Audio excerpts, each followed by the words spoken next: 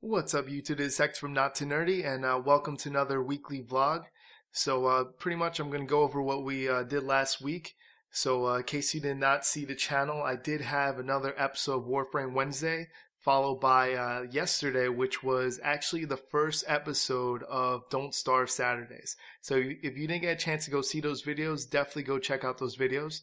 I also had another sort of quick vlog slash news about Sony and how they sold 4.2 million units, which was very impressive. So, I brought up a couple points in that video that you guys should watch, as well as Warframe Wednesday, which I brought up some points in there, and one of which I'm actually going to talk about today. So, if you did not get a chance to see those videos, please go check them out.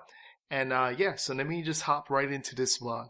Now, everyone, if you haven't heard yet, PlayStation did announce that they have a new service called PlayStation Now that will be coming out at the end of January for beta, and it's only going to be in the US. So in case you guys did not go sign up for the beta, just go online, look for it. It's PlayStation Now, and they'll be allowing people to test out this new service.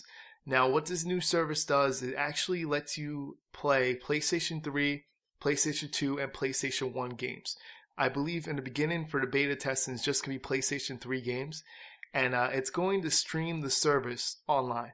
So for those of you that ever were a part of Gaikai or that you played on live service, what it does, it actually, it's pretty much, to explain it a lot easier, it's sort of like Netflix for video games, where the company has large computers and really high-end computers that plays these games, and all you're doing as the user or the player, you're actually putting in basic like inputs and stuff in the game, and like whatever button you press, it sends information to a computer. The player moves, and then it sends the image right back to you, so it makes you feel like you're playing the game, but it does have some delay, some latency. So that is the biggest issue in this whole streaming service. Now, let me just jump real quick to Toshiba. Toshiba also announced that they will have a streaming service to their TVs, their computers, and it's also going to include games, but it's going to include PC games. So it's the same type of service that PlayStation Now is going to offer, except it's going to be PC games, and they mentioned some certain Capcom games like Resident Evil 5, and like there's other games that they did mention. But let me jump back to my original point. What Sony's doing, and also Toshiba, it's something new. They're both offering you stuff on their TVs as well, so you don't have to own the actual console anymore.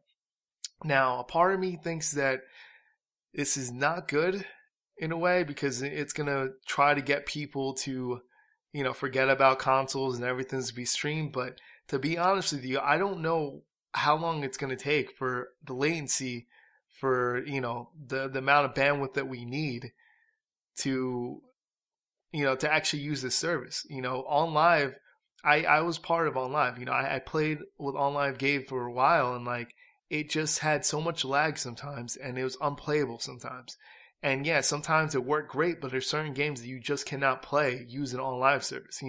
If you're a person that likes first-person shooters or something, you're not going to get enough frames per second whatsoever on that streaming service. Some games like strategy games and, role-playing games, like certain games that you don't need to respond too quickly, will work perfectly for that service. But besides that, there's a lot of games that will not work good. And it even shows in the games that they showed to test it out was The Last of Us, which The Last of Us always has like sort of a delay inside of the game itself. It's not like a really, really fast-paced game. They also show God of War, which we all know God of War has some QuickTime events, So God of War, has some lag in it to begin with, but it has QuickTime events. So like you don't really need the best internet for that either, or the best service for that. So all in all, it's going to come down to how good your internet's going to be. And they suggest 5 megabits per second upload time and download time. But in reality, we only really care about upload time when you're streaming something anyway. But I've had decent internet in the past. Right now, I have really, really good internet. So I'm really not worried about how it'll react. But the thing that they have to realize is it doesn't even matter if you have great internet service. There's always going to be some latency. The reason why is because whatever input the user or the player puts, whenever you press a button to jump or something, it still has to send that information to the computer and then send it right back. No matter how you look at it, there's always going to be a delay. Now, you can minimize the delay, but it's always going to be a delay.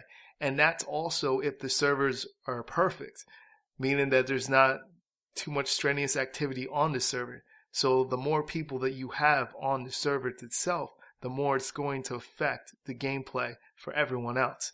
So in a way, I am kind of worried that, this might get rid of like PlayStation consoles. There will never be a PlayStation 5 or, same thing for Microsoft if they do the same thing. But in another way, I feel like this is a good opportunity to play games from the past, games like older games that you might not be able to carry anymore. Like I personally collect games, I'll collect retro games, I collect older games, so that wouldn't be a thing for me because I love the actual physical copy, but some people don't. There's people that just want to download games, there's people that just want to play it now and have the library at their hands the whole time. So like to me it's kind of crazy where we're heading to, but I still feel that you're going to need a console. You're going to need some sort of device, a physical device to play these games, because you're going to have latency and people are not going to like the latency. And for the people that don't know yet, you'll see what I mean, because everyone, as far as I know, are worried about frames per second these days. If a new game comes out and it's not 60 frames per second, people are getting upset. So I'd love to see you guys try to get 60 frames per second on using a game streaming from the cloud. It's not going to happen yet. It's not going to happen for at least 5-10 years. And there's just some games that it will be unplayable to just rely on the cloud completely. So, you got to keep in mind, there's two different things. Downloadable games, like games that you just download, the digital games, and there's the cloud. They're two different things. One just streams the whole service and you never contain the physical copy on any device that you own. And the other one is you actually download a digital copy and you own the copy, or you have the copy. But I don't know. To me, between Toshiba and PlayStation, it's a great idea for PlayStation. Toshiba, I'm not too sure where they're going with that, because I don't know who their target audience is. I guess they want to people to play those PC games, which is kind of cool. But at the same time, I don't know. Some of those games are already going to be, they might be on a PlayStation now too. So I don't really know who their target audience is. But, the idea is, it's clear that everyone wants to try to go to a streaming service because it's easier for the developers. People like me that develop stuff, it's better in a way because you get the full effect. You make all the money. You don't have to, there's no middleman. You don't have to sell to anyone. You sell directly to the consumer. They just get a subscription fee and they're stuck paying you every month, But at the same time, like, as a gamer, like, is it a good thing? Is that something you want to do in the future? Do you really want everything to be streamed to you and you have no physical copy? You have no digital copy, let alone a physical copy, Like now, at one point, people were scared of digital copies. Now you're talking about streaming. You're like, forget the digital copy. You only even own the copy. Now, all of a sudden, you can only play when their servers are up. You don't even have the digital copy. You can't even play the digital copy. So it's kind of scary where we're going. And not to mention, what's the fee going to be? Because I have no idea how you're planning to make money if it's only $10 a month, which I hope is $10 a month. I'm talking about $10 on top of the PlayStation Plus fee, which is like about $5 a month or so. Like, I think it's going to be another $15, a total of $20 with the PlayStation Plus, and that would be like $20 a month, which isn't the cheapest thing. Like, I don't think that's a horrible price. I think it's pretty fair, but at the same time, like, if they go above that, like, it's going to be a little too crazy. I don't know I really don't know who they're going to get with that price. So they have to watch out, PlayStation. They have to watch out with the price. And the service, it's going to be challenging. The latency is a big thing. And I think, like, there's a lot of games in the PlayStation library that will work great with this streaming service. But I personally feel that this will never replace an actual console. Like, I honestly think we are far away from having a stable internet.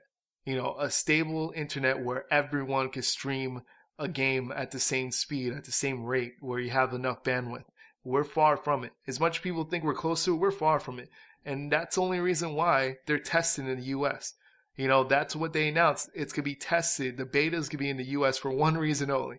The US has the most random internet in every country. In every country, we have the most random internet. One person can have a great internet service. Like, I have really, really good internet, right? But my neighbor might not have internet at all or might have horrible internet. And that's the way the US is. It's house to house. You know, it goes house to house between good internet, bad internet. Other countries aren't like that. There'll be like a huge area that has like the same type of internet. It's not really house to house with internet. That's the reason why they're testing with the US.